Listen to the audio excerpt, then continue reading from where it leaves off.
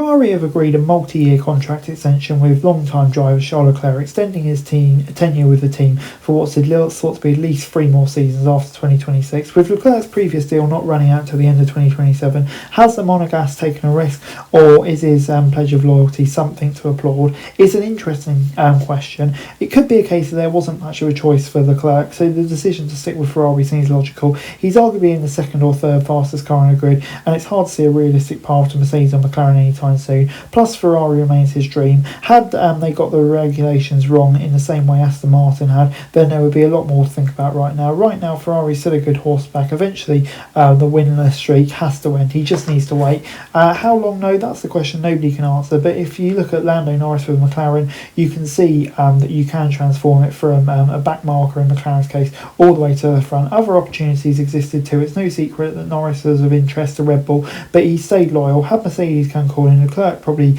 would have forgotten about his childhood dream, but unfortunately for him at the moment, it just doesn't seem to be that way right now. Ever since Leclerc joined Ferrari in 2019, 3 teams have built a title-winning car: Mercedes, Red Bull, McLaren. So any way you slice it, Leclerc putting his faith in Ferrari for another 3 or 4 years definitely carries risk. It is entirely possible that Leclerc will go down as another Ferrari legend and its most tenured driver without a crowning achievement to top it off. But under Fred Vasseur, Ferrari's shown signs of life, innovation and risk-taking too, and given that way it's kicked off the 2026 rule cycle, it's not implausible that Ferrari can contend at some point in the next few years, even if it feels like the likes of McLaren and Red Bull have a better track record of developing midway through an engine set. The only clear upgrade would have been to Mercedes, which have already seen a non-starter given their driver lineup.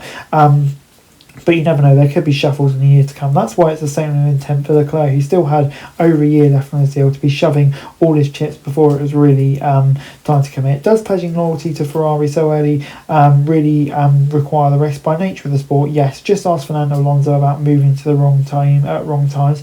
But Ferrari winning the title without Leclerc in different corners would be a mistake that he would just simply not forgive himself for. There's something kind of almost romantic about the long-standing relationship between the team and driver, especially when it comes to Leclerc, who kind of seems to be the chosen one. Leclerc has always been about Ferrari. At 3 years old, watching a Monaco Grand Prix from a friend's apartment at Sandoval, he was looking out for the red cars, he recalled. Meeting Michael Schumacher as a child only ignited his passion further, and of course his godfather Jules Bianchi was part of the Ferrari lineup. Leclerc has been with Ferrari for more than 10 years, having joined the team driver academy ahead of the 2016 season. Their story has been one of success: back-to-back titles in GP3 and Formula 2, 27 pole positions and 8 Grand Prix victories in F1, but also heartbreak and frustration. There was also Bianchi's loss, obviously, but also numerous lost opportunities with mechanical issues and strategy mistakes and driver errors. Most importantly, Ferrari just never seems to put it together as a credible title contender. It's always there or thereabouts,